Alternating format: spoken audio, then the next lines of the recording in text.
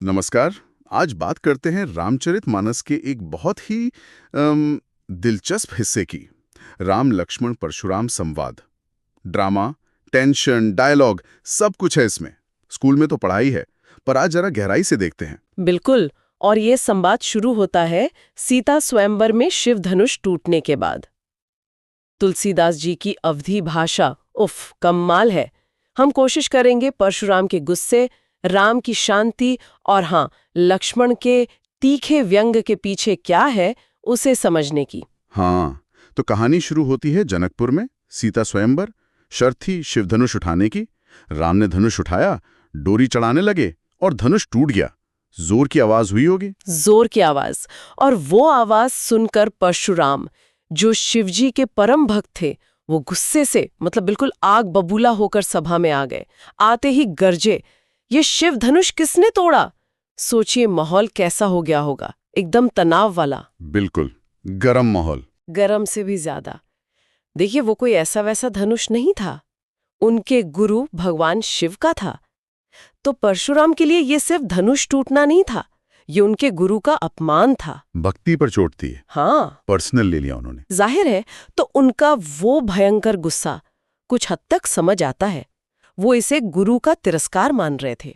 और उस भड़कते गुस्से के सामने राम का जवाब देखिए जरा। कितनी शांति, कितनी विनम्रता।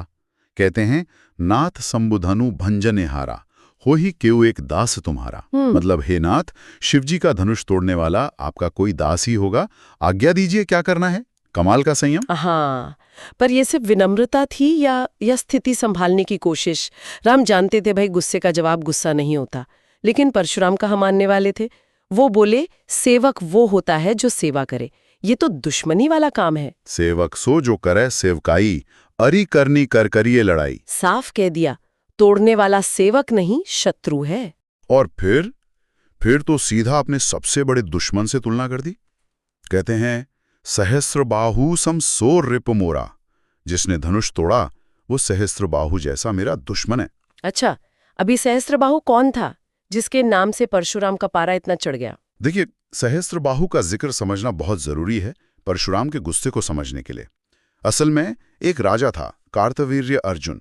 उसकी 1000 भुजाएं थीं, इसलिए सहस्त्र बाहु। सहस्त्र मतलब 1000, बाहु मतलब भुजाएं। अच्छा, 1000 भुजाओं वाला राजा। हाँ, तो एक बार उसने परशुराम के पिता ऋषि जमदग्नि से जबरदस्ती उनकी कामधेनु गाय छीन ली। परशुराम को गुस्सा आया, उन्होंने युद्ध किया, सहस्त्रबाहु को मारा और गाय वापस ले आए। अच्छा, तो बदला पूरा हो गया फिर तो? नहीं, कहानी वहां खत्म नहीं हुई। सहस्त्रबाहु के बेटों ने क्या किया, उन्होंने बदला लेने के लिए परशुराम के पिता ऋषि जमदग्नि की ही हत्या कर दी। बस यहीं से परशुराम का वो भयानक वाला क्रोध जागा। उन्होंने कसम खा ली कि पृथ्वी को क्षत्रियों से विहीन कर देंगे। ओहो, पिता की हत्या का बदला। हाँ, और कहते 21 बार। सोचिए, 21 बार उन्होंने क्षत्रियों का संहार किया। इसीलिए उनके मन में क्षत्रियों के लिए इतना गुस्सा भरा था, और धनुष तोड़ने वाले को भी वो क्षत्रिय ही समझ रहे थे। तो सीधा सहस्त्रबाहु जैसा दुश्मन। बाप रे, ये है पूरी कहानी। ये बैकग्राउंड पता हो तभी परशुराम का किरदार समझ आता है। हाँ। तो राम के दास कहने का भी कोई असर नहीं हुआ, दुश्मन मान लिया। और भरी सभा में धमकी कि जिसने धनुष तोड़ा है सामने आ जाए, वरना सारे राजा मारे जाएंगे। सो बिलगाओ बिहाई समाजा, न तो मारे जय ही सब राजा। क्या माहौल रहा होगा। खलबली मच गई होगी पूरी सभा में, सब डर गए होंगे। लेकिन तभी जहां सब डरे सहमे थे, वहां लक्ष्मण, राम के छोटे भाई, वो मुस्कुरा दिए। सुनी मुनि बचन लखन मुस्काने। और यहीं से शुरू होता है वो फेमस वाला संवाद, तीखा, व्यंग्य से भरा हुआ। हाँ, लक्ष्मण की एंट्री मुस्कुराते हुए क्या कहते हैं, अरे मुनिवर, बचपन में खेल खेल में न जाने ऐसी कितनी छोटी मोटी धनुइयां तोड़ दी हमने, तब तो कभी गुस्सा नहीं किया आपने। इस धनुष में ऐसा क्या खास है भाई, इतनी ममता क्यों इस पर। बहु धनुई तोरी लड़काई, कभू ना असी रिजकी नी घुसाई, एही धनु पर ममता के हेतु। कमाल है, शिव धनुष को धनु ही कह दिया।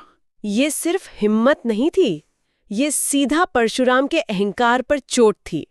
शिवजी का वो पूज्य धनुष और उसे मामूली धनु ही कहना, ये तो जैसे आग में घी डालना। और ऊपर से उन्हें भृगुकुल केतु कहा, भृगुवंश की पताका। कहने को तो सम्मान है, पर अंदाज में साफ व्यंग्य था। परशुराम तो एकदम तिलमिला गए होंगे। उन्होंने लक्ष्मण को कहा, नृप बालक, राजा का छोकरा। बोले, अरे राजा के लड़के, तू काल के वश में है, मौत तेरे सिर पर है, इसलिए जबान संभाल कर नहीं बोल रहा। तुझे बचपन की धनुई और इस महान शिव धनुष में, त्रिपुरारी धनु में कोई फर्क नजर नहीं आता, जिसे सारा संसार पूछता है। त्रिपुरारी धनु विदित सकल संसार। अपना फरसा दिखाने लगे, हाँ। डराने लगे लक्ष्मण को, कहने लगे, मैं बाल ब्रह्मचारी हूँ और बहुत क्रोधी हूँ, अति को ही। पूरी दुनिया जानती है मैं क्षत्रियों का दुश्मन हूँ, विश्व विदित क्षत्रिय कुलद्रोही। हाँ। मैंने अपनी भुजाओं के बल पर कितनी ही बार राजाओं को मारकर उनकी जमीनें ब्राह्मणों को दान दी हैं। भुजबल भूमि भूप बिनु कीन्ही, विपुल बार महिदेव अनन दीन्ही। और वो सहस्रबाहु वाला जिक्र फिर से। हाँ, लक्ष्मण को चेताया, सहस्रबाहु भुज छेद निहारा, परसु बिलोक महीप कुमारा। अरे राजकुमार, मेरे इस फरसे को देख, इसी ने सहस्रबाहु की भुजाएं काटी थीं। और हद तो तब हो गई जब वो बोले कि मेरा फरसा इतना भयानक है कि इसके डर से गर्भ में पल रहे बच्चे भी मर जाते हैं। गर्भन के अर्भक दलन, परसु मोर अति घोर। ये कुछ ज्यादा नहीं हो गया एक ऋषि के लिए ऐसी बातें? देखिए, ये अतिशयोक्ति है, डराने का एक तरीका। वो अपने गुस्से और शक्ति प्रदर्शन में शायद ये भूल रहे थे कि सामने कौन है। बिल्कुल, क्योंकि लक्ष्मण कहाँ डरने वाले थे। वो तो हंसकर बोले, पर आवाज मीठी रखी।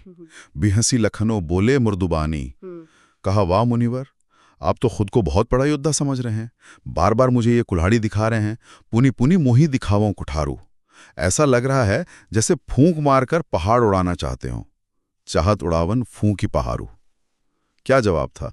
सीधा मजाक।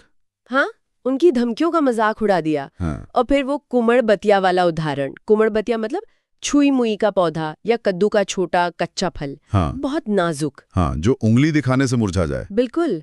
तो लक्ष्मण कहते हैं, इहा कुमड़ बतिया को नाही, जे तर्जनी देखी मर जाही। मतलब हम कोई छुई मुई नहीं है यहाँ, जो आपकी इस तर्जनी उंगली दिखाने से, आपकी धमकी से डर जाएंगे। खुली चुनौती थी ये तो। और फिर देखिए कैसे पासा पलटा लक्ष्मण ने। कहते हैं, मैंने तो आपके कंधे पर जनेऊ देखा, आपको भृगुवंशी ब्राह्मण समझा। भृगुसुत समुज जनेऊ बिलोगी। इसीलिए आपकी ये कड़वी बातें सुन रहा हूं और अपना गुस्सा पी रहा हूं। जो कछु कहूं सहे हूं रिस रोकी। फिर अपने कुल की मर्यादा बताई। हमारे रघुकुल में देवता, ब्राह्मण, महिषुर, भगवान के भक्त, हरिजन और गाय, इन पर हम वीरता नहीं दिखाते। सुर महिषुर हरिजन अरु गाय, हमारे कुल इन पर न सुराई। ये सिर्फ मर्यादा की बात नहीं थी, इसमें भी एक कटाक्ष था। वो जैसे कह रहे थे कि आप ब्राह्मण हैं, पूज्य हैं, पर आप खुद अपनी मर्यादा में नहीं हैं। और फिर कारण बताया कि इन्हें मारने से पाप लगता है, बधे पापू, और इनसे हार जाओ तो बदनामी होती है, अब कीर्ति हारे। इसलिए अगर आप मारेंगे भी हमें तो हम तो आपके पैर ही पड़ेंगे। मारतहूं पापरिय तुम्हारे। सम्मान भी दिखाया, पर साथ ही परशुराम को निहत्था करने की कोशिश। वाह, क्या दाव खेला।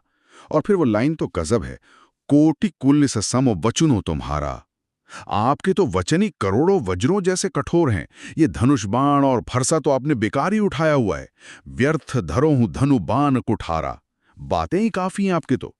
और फिर ऊपर से व्यंग्य भरी माफी कि इन हथियारों को देखकर अगर मैंने कुछ गलत कह दिया हो तो हे धीर महामुनि क्षमा करना। मतलब पहले सुना भी दिया और फिर माफी भी मांग ली। लक्ष्मण के इन तीखे बाणों ने परशुराम के गुस्से को और भड़का दिया। वो एकदम गुस्से में अपना फरसा ठीक से पकड़ लेते हैं। परसु सुधारे धरेउ कर घोरा। पूरी सभा डर जाती है। हाय हाय की आवाज आने लगती है। हाय हाय सब सभा पुकारा। परशुराम चिल्लाते हैं, अब मुझे कोई दोष मत देना। ये कड़वा बोलने वाला लड़का, कटुवादी बालक, मारने लायक ही है। बध जोगू। बच्चा समझकर बहुत छोड़ दिया ऐसे। बाल बिलो की बहुत मैं बाँचा, पर अब ये सच में मरने वाला है। अब ये हम मरने हार भां सांचा। बाप रे, मतलब बात बहुत ज्यादा बिगड़ गई थी। परशुराम सच में लक्ष्मण पर हमला करने वाले थे। बिल्कुल, स्थिति बहुत गंभीर हो गई थी। तभी विश्वामित्र बीच में आए, राम लक्ष्मण के गुरु। उन्होंने परशुराम को शांत करने की कोशिश की। कहा, हे मुनि, बच्चों के गुणदोष पर साधु लोग ध्यान नहीं देते, इसे माफ कर दीजिए। कौशिक कहा, क्षम्य अपराधु। बाल दोष गुण गनहि न साधु। तो क्या विश्वामित्र की बात मान गए परशुराम? कुछ असर हुआ? थोड़ा। परशुराम ने कहा, मेरे हाथ में ये तेज फरसा है, मैं दयाहीन, अकरुण और क्रोधी को ही हूं, और मेरे सामने ये गुरुद्रोही, गुरु के धनुष तोड़ने वाले का साथी अपराधी खड़ा है। जवाब पर जवाब दे रहा है, फिर भी मैं इसे नहीं मार रहा हूं। तो सिर्फ आपके शील स्वभाव के कारण, हे विश्वामित्र, केवल कौशिक शील तुम्हारे, वरना इसे यहीं इस कठोर फरसे से काटकर थोड़े ही परिश्रम में मैं गुरु के ऋण से मुक्त हो जाता। नतः एही काटी कुठार कठोरे, गुरे ही उरिन होतेऊं श्रम थोरे। हाँ, गुरु ऋण। हाँ, ये बात पहले भी आई थी, मतलब गुरु का धनुष तोड़ने वाले को सजा देना, वो इसे अपना फर्ज समझ रहे थे। हाँ, उनके लिए गुरु के प्रति ऋण चुकाने जैसा था। लेकिन जब ये सब हो रहा था, विश्वामित्र मन ही मन हंस रहे थे। हृदय हासी मुनि ही हरियरे सूझ। वो सोच रहे थे कि परशुराम को तो सब हरा ही हरा दिख रहा है। मतलब जैसे सावन के अंधे को सब हरा दिखता है ना, वैसे ही परशुराम राम लक्ष्मण को साधारण क्षत्रिय समझ रहे हैं। उन्हें पता ही नहीं कि ये लोहे की बनी खाण है, तलवारें हैं, अयमय खाण, गन्ने वाली खाण उखमय नहीं जो मुंह में घुल जाए। परशुराम अज्ञान में है, अबुझ। कितना दिलचस्प। विश्वामित्र को असलियत पता है, पर परशुराम अपनी ही धुन में है। और लक्ष्मण, क्या वो विश्वामित्र के कहने पर शांत हो गए? शांत? अरे कहाँ, लक्ष्मण तो और भड़क गए। जब उन्होंने ये गुरु ऋण चुकाने वाली बात सुनी, तो उन्होंने वो कटाक्ष किया जो शायद सबसे तीखा था। बोले, मुनिवर, माता पिता के ऋण से तो आप अच्छी तरह उऋण हो ही चुके हैं।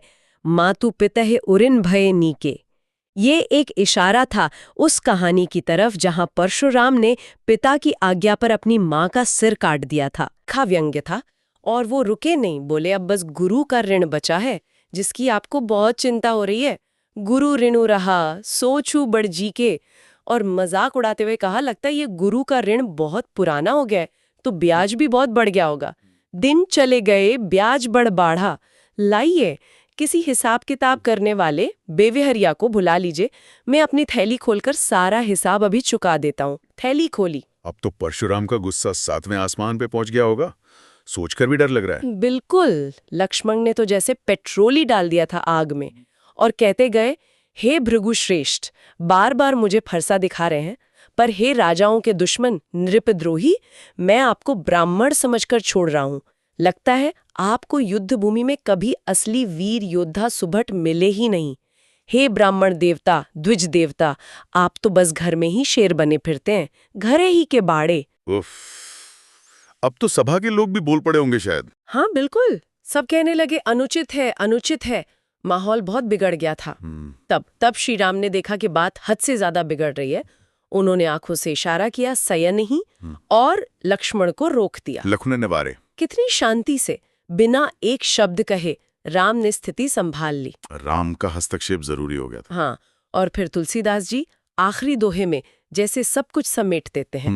वो कहते हैं कि लक्ष्मण के उत्तर परशुराम की क्रोधाग्नि, भृगुबर कोपु कृसानु में घी का काम कर रहे थे, आहुति जैसे थे, उसे और भड़का रहे थे। लेकिन फिर राम ने क्या कहा? तो उस बढ़ती हुई आग को देखकर रघुकुल के सूर्य, रघुकुल भानु, श्री राम ने जल के समान शीतल, शांत करने वाले वचन, जलसम वचन कहे। लखनु उत्तर आहुति सरस, भृगुबर कोपु कृसानु, बढ़त देखी जलसम वचन, बोले रघुकुल भानु।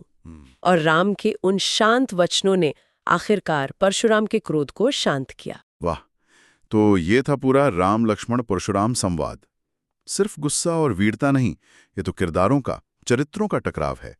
एक तरफ राम की शांति, दूसरी तरफ परशुराम का अहंकार और भयानक क्रोध, और बीच में लक्ष्मण की निडरता, उनका व्यंग, सब कुछ एकदम चरम पर। बिल्कुल। और ये प्रसंग हमें इन तीनों महान चरित्रों के जटिलताओं को दिखाता है। राम का धैर्य सिर्फ उनका स्वभाव नहीं, शायद एक राजा का कर्तव्य भी है। लक्ष्मण की उग्रता, वो सिर्फ गुस्सा नहीं, भाई के लिए निष्ठा भी है, अन्याय के खिलाफ आवाज भी है। और परशुराम का क्रोध, वो सिर्फ अहंकार नहीं, उसमें उनके अतीत का दर्द भी है, पिता की मृत्यु का, और गुरु भक्ति भी है। तुलसीदास जी ने अवधि में इन भावनाओं को जैसे जिंदा कर दिया है। सही कहा। ये संवाद हमें अहंकार, क्रोध, सम्मान, मर्यादा, वीरता, भक्ति कितने ही पहलुओं पर सोचने को मजबूर करता है। आज भी ये उतना ही प्रासंगिक है। और जाते जाते एक सवाल, लक्ष्मण का वो तीखापन, वो व्यंग्य, क्या वो सिर्फ उनका स्वभाव था या उनकी वीरता थी, या फिर उसमें कहीं ना कहीं परशुराम के मतलब ब्राह्मण होकर भी शक्ति प्रदर्शन करने और क्षत्रियों के प्रति उनके नजरिए का एक गहरा विरोध भी छिपा था? ये सोचने वाली बात है। जरूर, इस पर विचार करना चाहिए। चलिए अगली बार फिर मिलेंगे किसी और विषय की ऐसी ही गहराई में उतरने के लिए।